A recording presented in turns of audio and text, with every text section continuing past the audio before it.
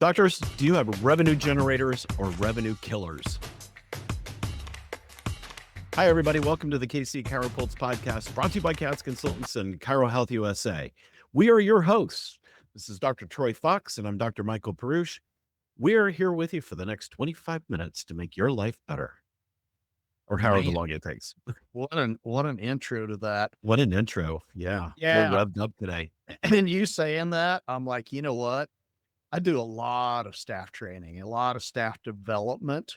And even with, you're still going to have a measure of both because people are human, right?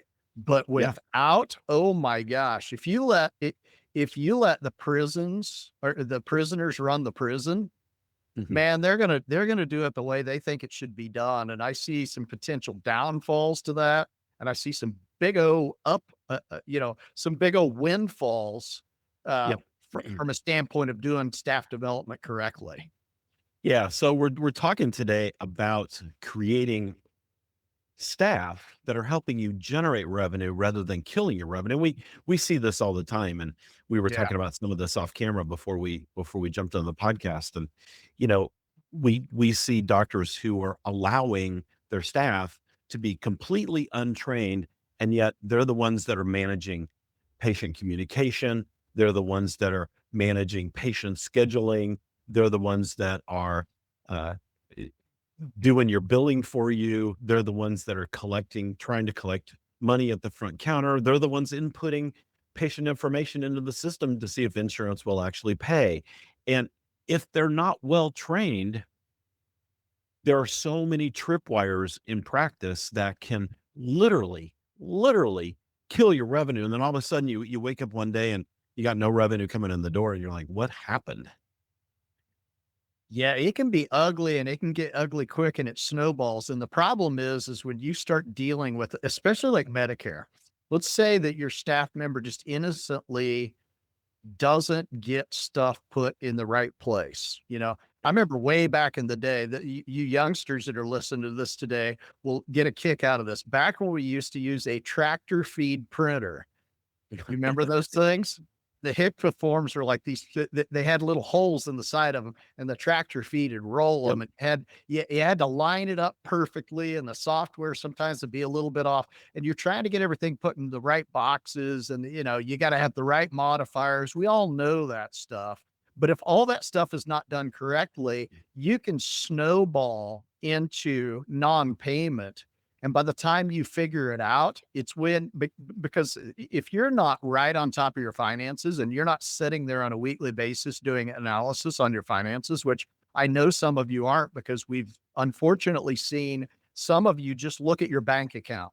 And if the bank account looks good, you're cruising and you just keep Yeah, going. you think you have a great practice. All of a sudden, when you see that bank account drop and you decide to start getting to the bottom of this, you're going to be at a race to zero in your account by the time you figure out exactly what's going on. And now you're weeks before, now you're going to the bank trying to get a bridge loan to cover until you get to that point. We've seen it happen. It's so Yep. unfortunate, but once it starts, it's like falling off of a cliff. You can't unfall off of it, and you got to stop the bleeding once you hit the bottom and then figure out how to get back up top. And it wouldn't it be much easier to not fall off the cliff? Exactly, exactly. It's yeah, don't turn yourself into a snowball. So we're talking about staff development here. We're talking about creating revenue generators with your staff as opposed to revenue killers. So we got to take a quick break. We'll be right back. Okay. In today's economy, every dollar counts. Families are facing tough choices, having to reconsider what was once essential to them. But when it comes to healthcare, no one should have to compromise on their well-being because of financial constraints. That's where Chiro Health USA steps in, the solution for your practice. We understand the financial pressures families are under, whether they're insured, on Medicare, or paying out of pocket for treatment. By offering discounts on care, you can ensure that your patients can still afford the treatment they need. At Chiro Health USA, we're committed to making sure no family has to sacrifice their health due to financial hardship. We'll work with you to create a game plan that keeps your waiting room full and your practice thriving. And here's the best part. Offering affordable care not only benefits your patients, but also positively impacts your bottom line. So why wait? Join Chiro Health USA today and join the ranks of the most successful practices. Because when you put your patients first, everyone wins.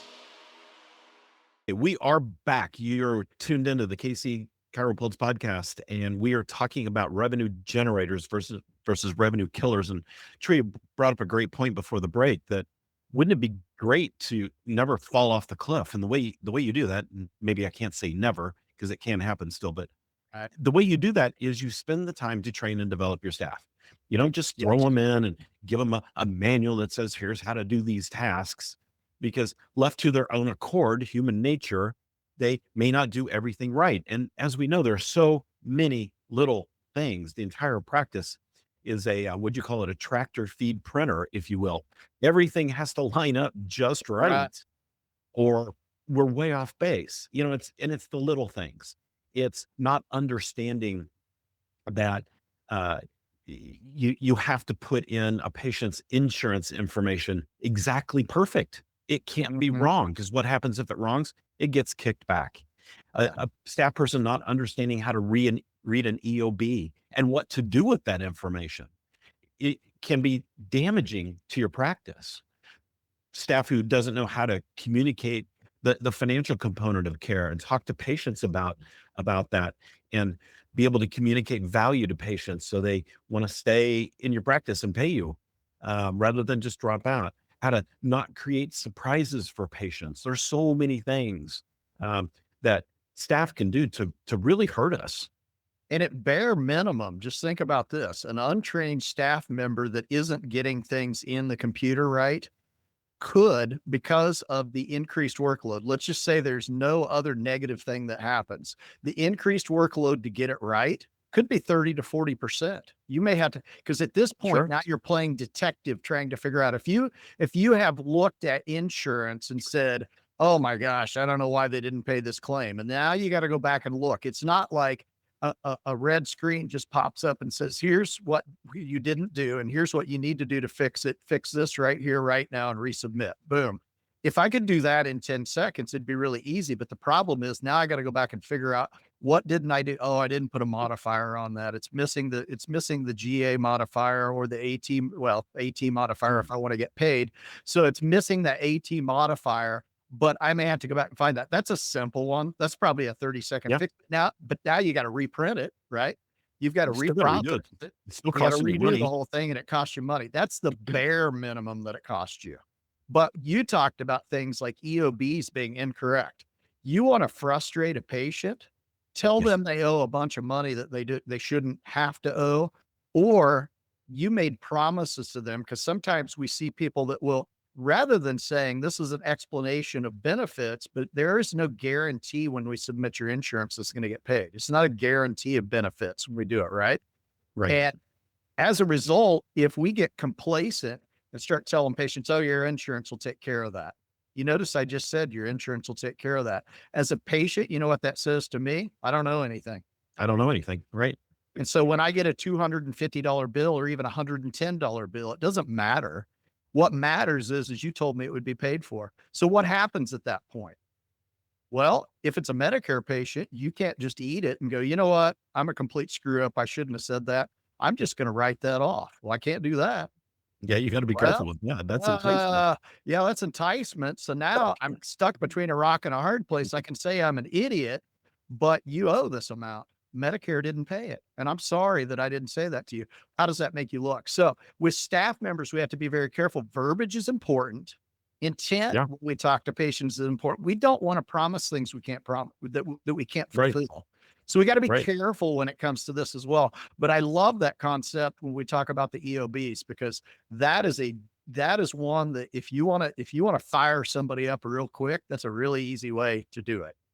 It absolutely is. Those EOBs are so important to know, to understand, number one, how to read them and know Yeah. what to do with the information. And so that's one area of the practice. Your billing, insurance, front desk is, I say that way because it's all coordinated. I think a lot of times we want to say billing is just a separate unit, front desk. It's not. It's Yeah. not.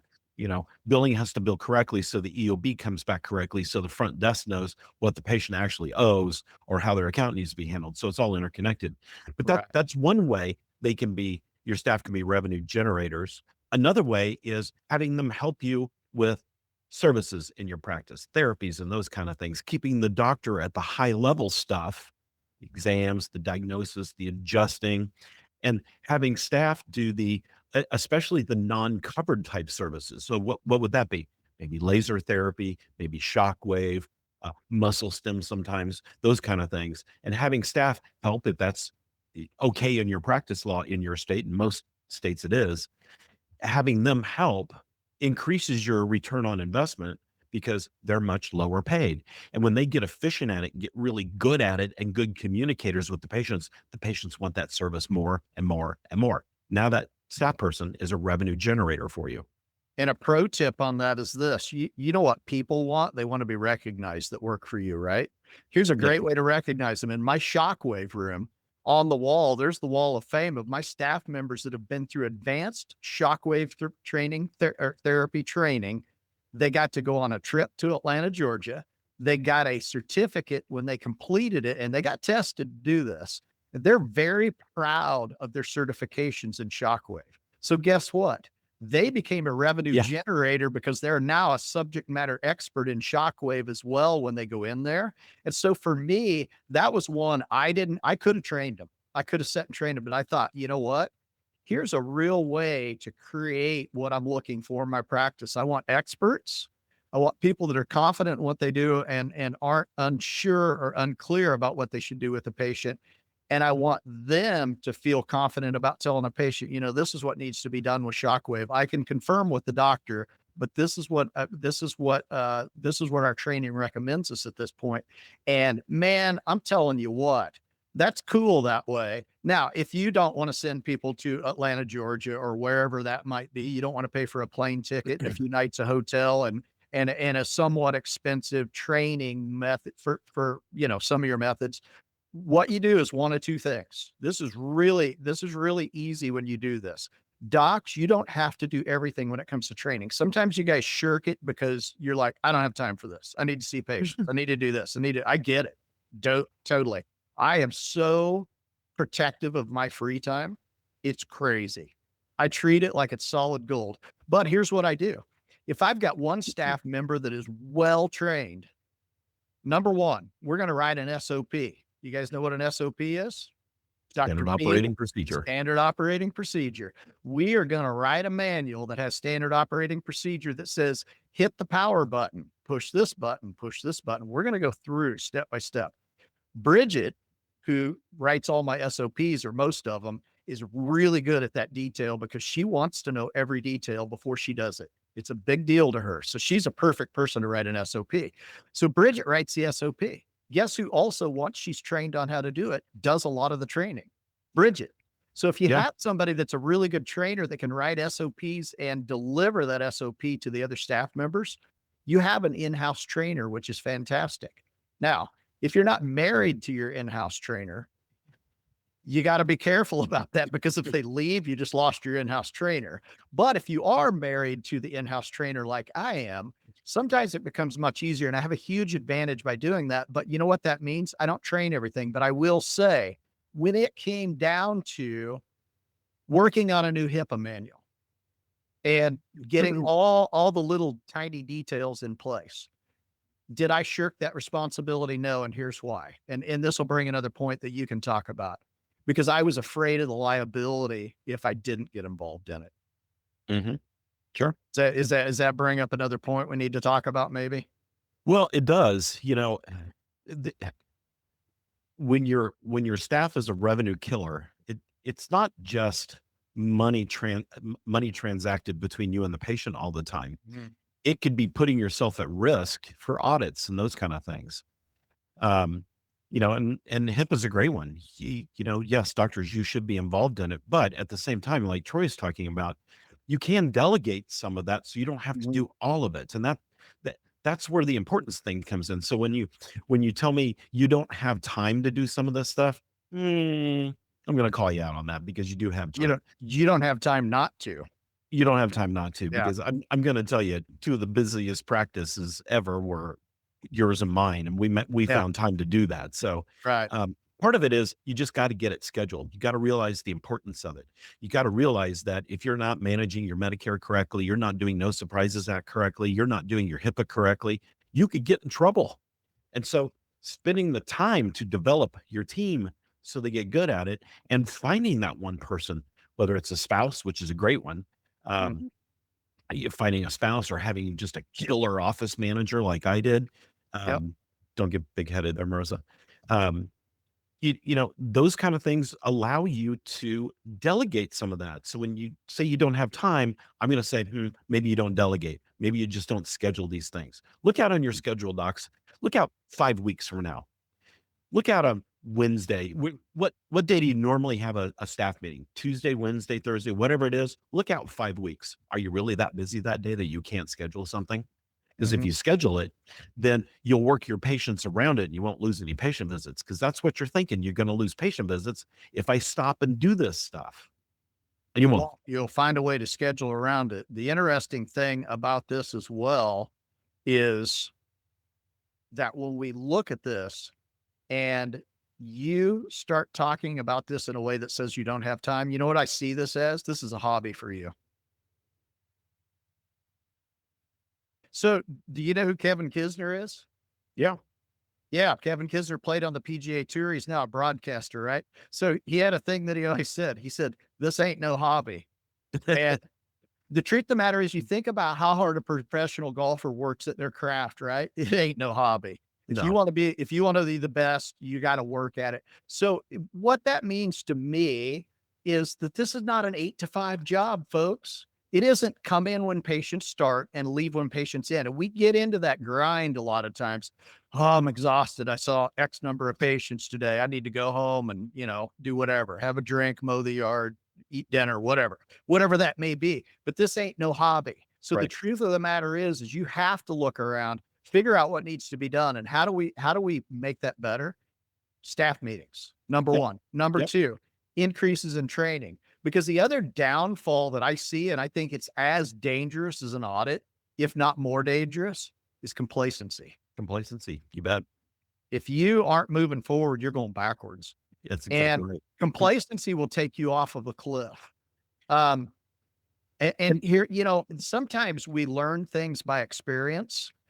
Sometimes you think that you've got things covered. And I want to throw this in there because this happened to me. I had a situation where Medicare wasn't being billed correctly or at all. I thought it was. I had somebody on it who said it was being taken care of. Trust but verify. Yep. Whoever you're working with needs to meet with you and show me the money or Yep. show me the numbers, right? I want to know, just because you said everything's in order, show me. And so you should have short meetings with staff members that have been delegated authority. You don't just trust that it's being done. Right. Not that I don't trust my staff members, but in this case, guess what?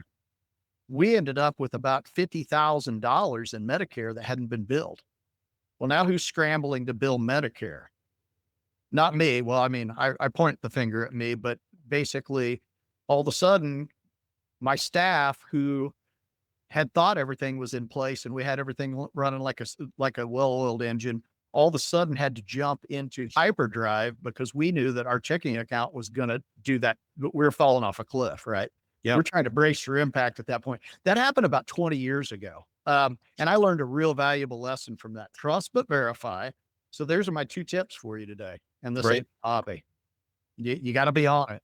It's not a hobby. And, you know, build team development into your schedule. It's Mhm. important.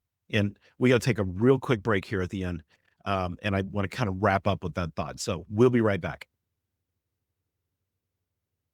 Okay. Patient numbers dipping, staff overwhelmed, and another marketing idea promising the world but delivering nothing.